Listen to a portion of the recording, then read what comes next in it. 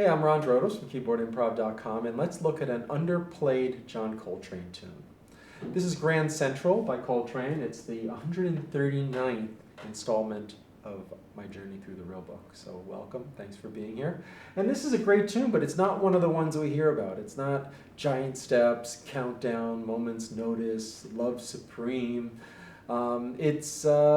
It's a wonderful tune, though. It's from his sort of post-bop period, early Coltrane, early to mid Coltrane, and it's got two fives, descending, but it's also got this B minor and then up a half step to B7. So it's definitely heading into this the 60s in a lot of ways, and then.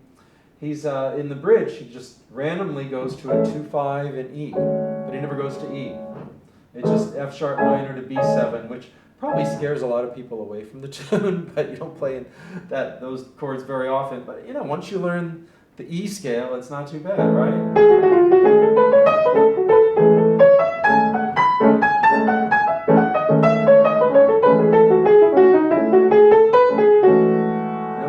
Teacher Billy Taylor just told me, pick a couple of chords from a song and just play them over and over again until you get them. Just stay on that one section. And actually, he helps you because he has that for 1, 2, 3, 4, 5, 6 measures. So the melody is really fun to play. It just flies along in spots. This song is very close to my heart personally because when I was in college in the mid-'80s at the University of Connecticut, I was in a practice room one day and a colleague, a vocal student, knocked on the door, hey Eric, and said, you know, we have a vocal group, some of us students here, and sort of like the Manhattan Transfer, if you remember them, or Lambert, Hendricks, and Ross from earlier, and we do jazz and stuff, and our pianist can't make a gig. It was in a dorm. Can you make it? You know, I was, 18 years old or something, and I said, sure, I'd love to do that. So I don't even think, it didn't even pay, right? So I did it, and they said, you know what, doesn't look like that other pianist is going to be with us any longer, so can you stay? You know, it was kind of like an audition, I guess. And I stayed, and we started playing gigs and rehearsing, and I started doing arrangements for the group, and then we started working with a bass player and drummer and sax, and before you knew it, we had a quartet of instrumentalists, piano, bass, drums, and saxophone, and the 4 singers out front, soprano, alto, tenor, bass, and we weren't like a local version of the Manhattan Transfer, who was still pretty big at that time. They did Birdland and these vocalese tunes where, you know, they would take a jazz solo and someone like John Hendricks or somebody would write out the lyrics and they would make up lyrics and they would sing the solo, you know, vocalese, jazz singing, jazz quartet singing. And they did some pop and we did too. And we ended up doing weddings.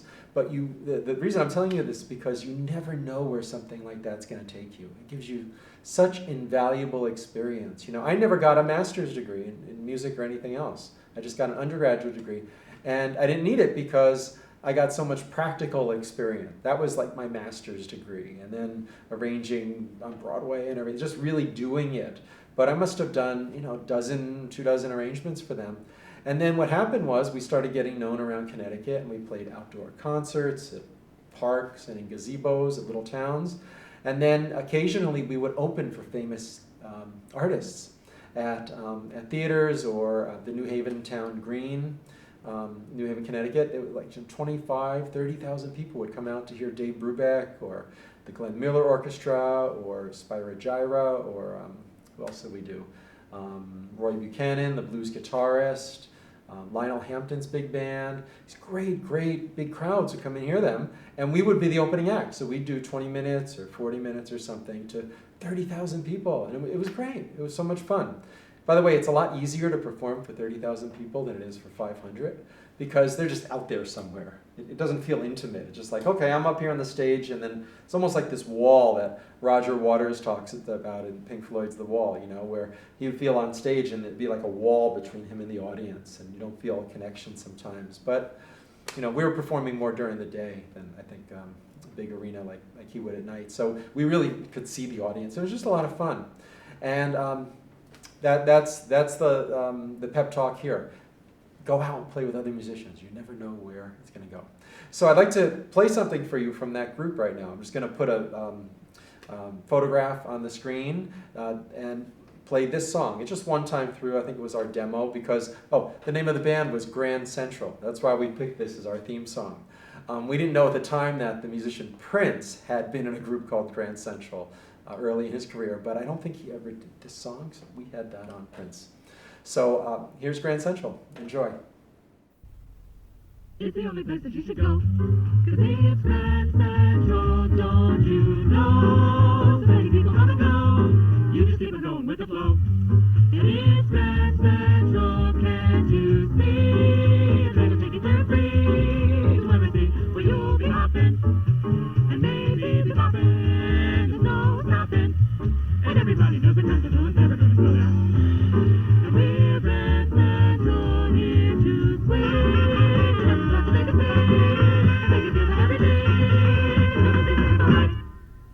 Hope you enjoyed that. That brought back memories for me. And now, here's Grand Central on piano.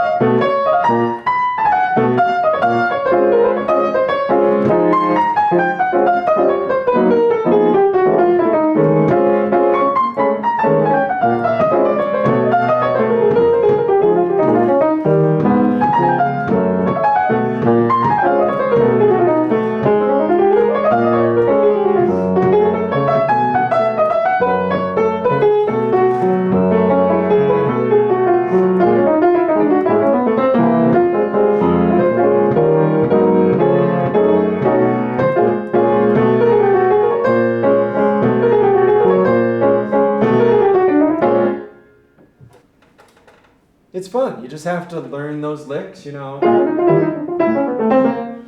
practice them very slowly. I have practiced so slowly in my life. I practiced like this.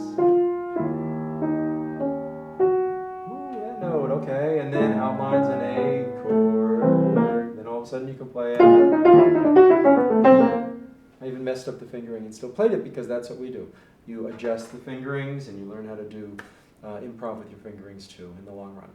So I hope this inspires you to get out your bebop skills or learn bebop and check out lesser known Coltrane tunes.